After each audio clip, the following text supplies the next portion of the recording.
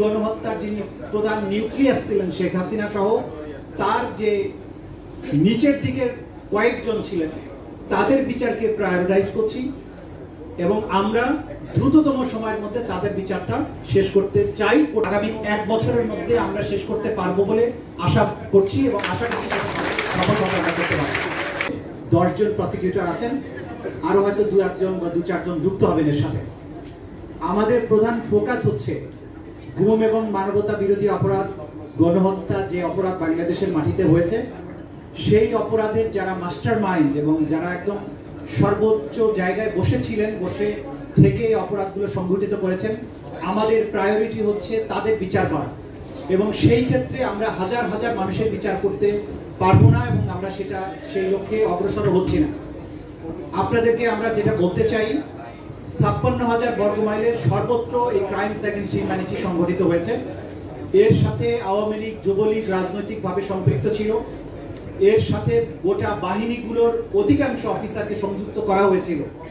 কিন্তু এই বিচার যদি দেশব্যাপী সকল কিছুর বিচার আমরা করতে চাই, এই ট্রাইব্যুনালের পক্ষে সেই বিচার সম্ভব নয়। ক্রাইমস এগেইনস্ট হিউম্যানিটিতে সাধারণত টপ কমান্ডারদের বিচার করা হয়।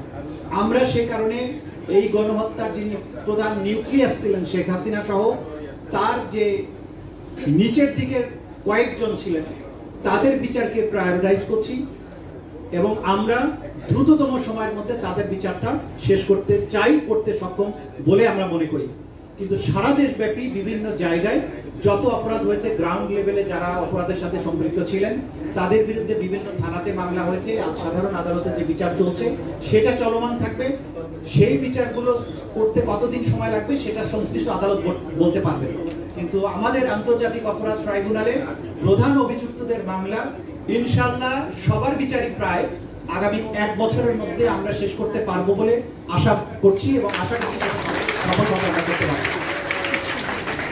আমি 2 দিন আগে মাননীয় প্রধান উপদেষ্টা তিনি আমাকে যেটা বলেছেন তাতে আমার সাহসটা বেড়ে গেছে। তিনি বলেছেন যে আমাদের অনেক প্রায়োরিটি আছে এই সরকারে, কিন্তু সবচাইতে বড় প্রায়োরিটি হচ্ছে যারা দেশটাকে খুন এবং গুমের স্বর্গরাজ্যে পরিণত করেছিল, যারা ছাত্র জনতার রক্তে বাংলাদেশের মাটি রঞ্জিত করেছে, তাদের বিচারটা আমাদের 1 নম্বর প্রায়োরিটি।